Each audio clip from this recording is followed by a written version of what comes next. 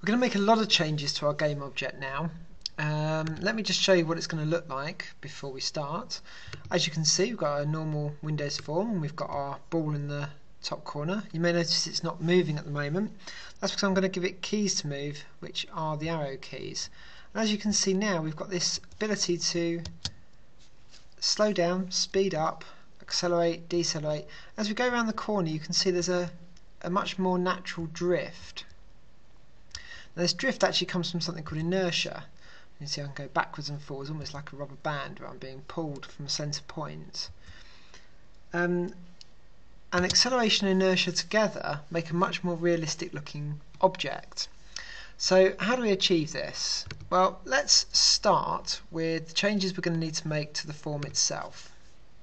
So I've got my form, I've made it a bit bigger just so it gives me a bit more space when I first start the form going. And on the timer 1 object, as you can see, I've set the interval to just 20 rather than 100. And if we then go into the timer 1 tick, again the code has stayed the same. We're going to move the object and then refresh the screen.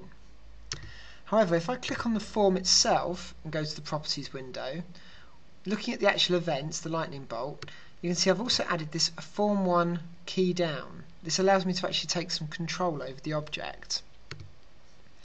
Now the code looks as follows. So as you can see, we're setting the angle and something called target speed on the object. Obviously, if you type this in your own code now, there'll be a load of error messages because you haven't yet got a target speed in your game object.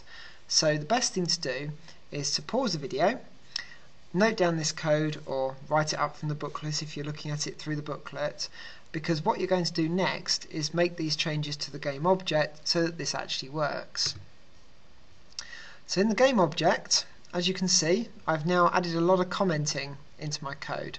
If you just hit the forward slash 3 times, ///, it then puts in summary, end summary for you, and then you just have to enter the comment that goes in the middle. I've done that for all these different items here. We've got speed, actual speed and angle as we had before, but now I've added this thing called a region, where I just put #region and give it a name, and it has to have an endpoint. And this is for my acceleration and inertia. The reason we use regions is so that we can just fold them up when needed, or when not needed, should I say. So first thing I'm going to do is add an acceleration rate for the object, so how many pixels per second, if you like, and I'm going to set that as 0.25. This is where having doubles comes in, and needing to have doubles on our locations and various other items. When we set our speed for our object, what we actually want to set is the maximum speed at the specified angle that we've put in. So we set a target speed. Similarly, we're going to do a calculation, this is actually for the inertia side of things, to work out if we take the target speed and the angle, what the maximum speed broken down to the component parts actually is. And we're also going to calculate based on the current speed and the angle, given that no inertia has been set. Now inertia means that the object, if it's moving in one direction already, when you change direction, you don't lose all that information and start back from zero, which would look a bit odd.